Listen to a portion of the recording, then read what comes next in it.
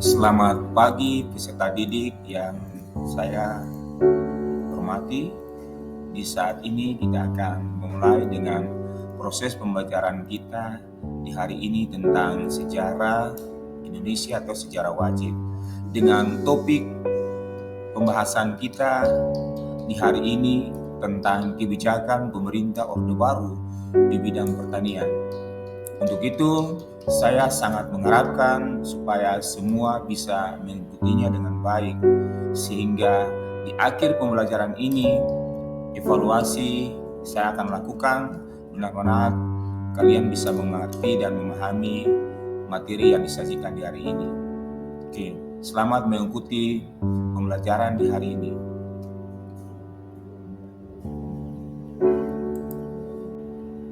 Ya, sekarang Pak Guru akan menjelaskan tentang kebijakan pemerintah Orde Baru di bidang pertanian yang dimulai dengan sub materi kita yang pertama tentang latar belakang pelaksanaan revolusi hijau di Indonesia. Sebelum saya membahas tentang latar belakang pelaksanaan revolusi hijau di Indonesia, perlu kita ketahui dulu tentang penyebab munculnya revolusi hijau atau latar belakang timbulnya revolusi hijau di dunia. Itu disebabkan karena adanya pertambahan jumlah penduduk yang mengakibatkan naiknya kebutuhan pangan, dan juga revolusi hijau dilatar belakangi oleh hancurnya lahan pertanian akibat Perang Dunia Pertama dan Perang Dunia Kedua. Oleh karena itu ada upaya peningkatan produksi pertanian di dunia, serta banyak juga lahan tidur atau lahan yang telah mengalami kekosongan. Nah, akibat dari pertambahan jumlah penduduk yang tidak seimbang dengan jumlah persediaan pangan atau pertanian yang ada, oleh karena itu para ahli berupaya untuk melakukan penelitian sehingga ditemukannya sebuah penemuan baru di bidang pertanian yang dikenal dengan revolusi hijau. Nah, bagaimana dengan latar belakang pelaksanaan revolusi hijau di Indonesia? Nah, latar belakang pelaksanaan revolusi hijau di Indonesia juga dilatar belakangi karena adanya kekhawatiran terjadinya kelaparan dan kemiskinan yang disebabkan tidak seimbangnya tingkat pertumbuhan penduduk dan yang cepat dengan pertumbuhan pertanian yang lambat. Nah, itu tentang latar belakang pelaksanaan revolusi hijau di Indonesia. Ya, sekarang kita berpindah pengertian tentang revolusi hijau. Nah, modernisasi pertanian pada masa Orde Baru itu biasanya dikenal dengan nama revolusi hijau. Nah, revolusi hijau itu cara perubahan sistem pertanian dari tradisional ke sistem pertanian modern. Nah, itu yang disebut dengan revolusi hijau. Sekali lagi, revolusi hijau itu sistem perubahan dari sistem pertanian tradisional ke sistem pertanian modern. Nah, apa tujuan dari pelaksanaan revolusi hijau itu sendiri?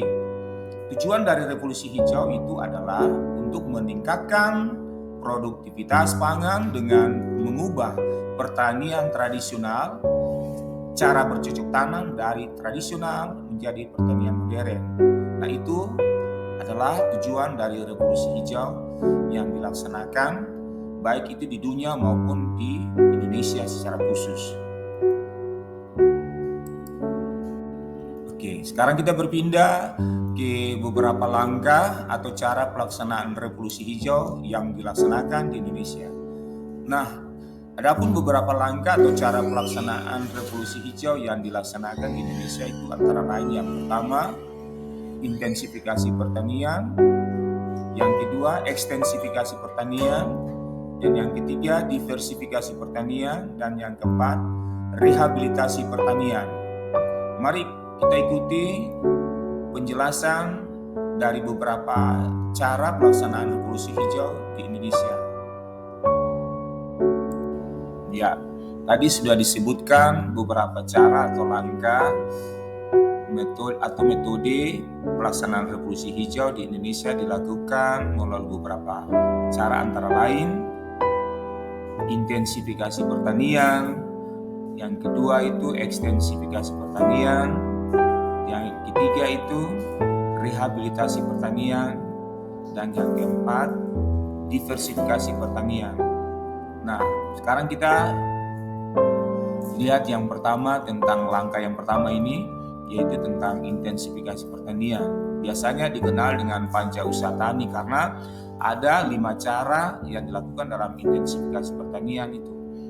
Nah, di dalam intensifikasi pertanian itu dilakukan yang pertama itu harus penggunaan bibit unggul yang berkualitas. Penggunaan bibit unggul berarti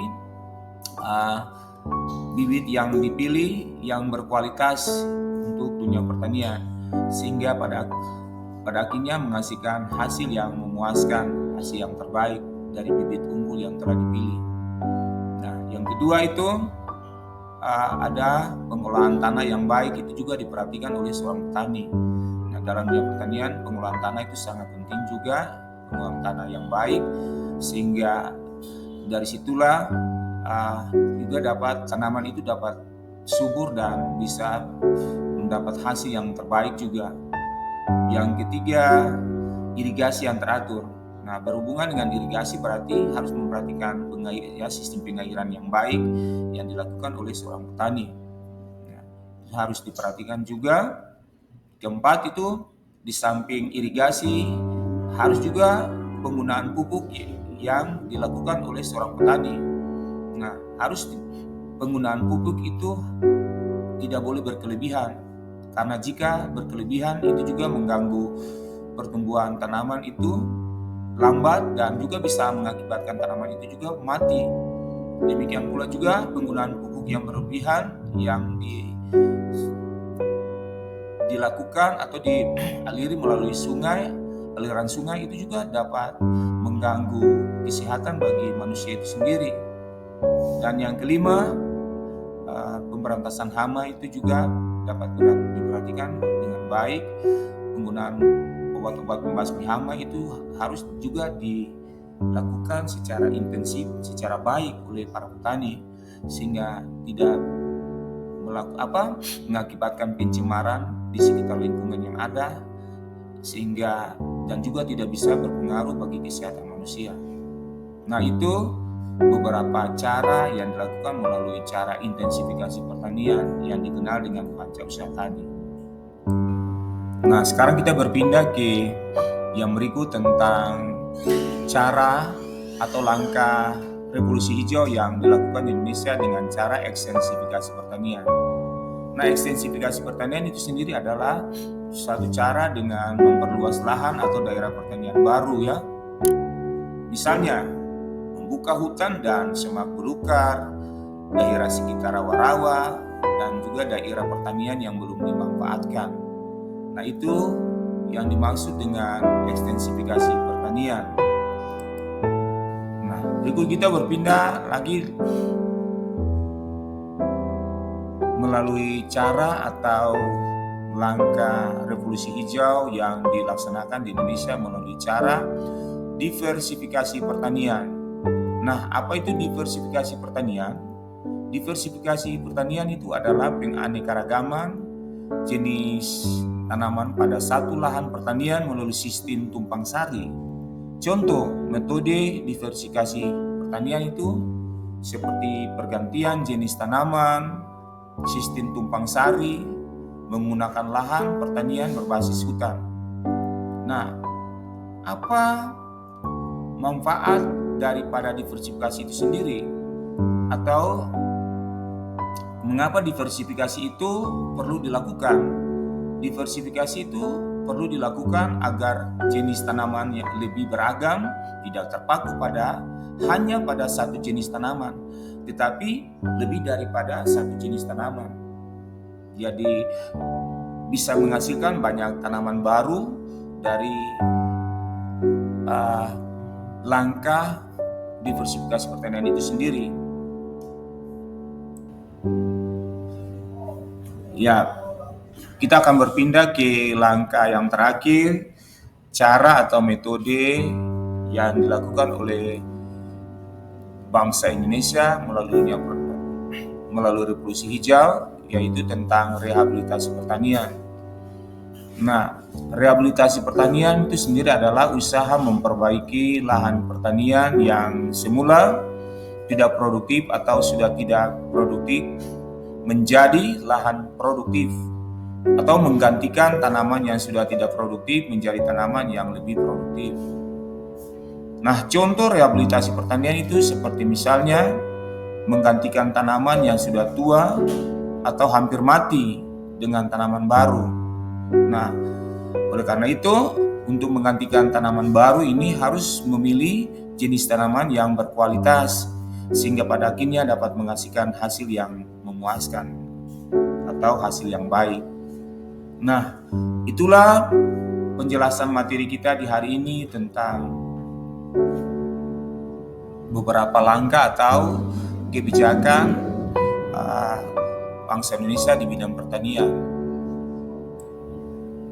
Nah, demikianlah pembelajaran kita di hari ini tentang kebijakan pemerintah Orde Baru di bidang pertanian melalui revolusi hijau yang telah Pak Guru jelaskan tadi. Semoga materi hari ini benar-benar dapat dipahami dan dimengerti oleh kalian semua. Kita akan bertemu lagi pada pertemuan selanjutnya di minggu depan dengan topik yang berbeda, yaitu tentang kebijakan pemerintah Orde Baru di bidang transportasi. Sampai jumpa kembali.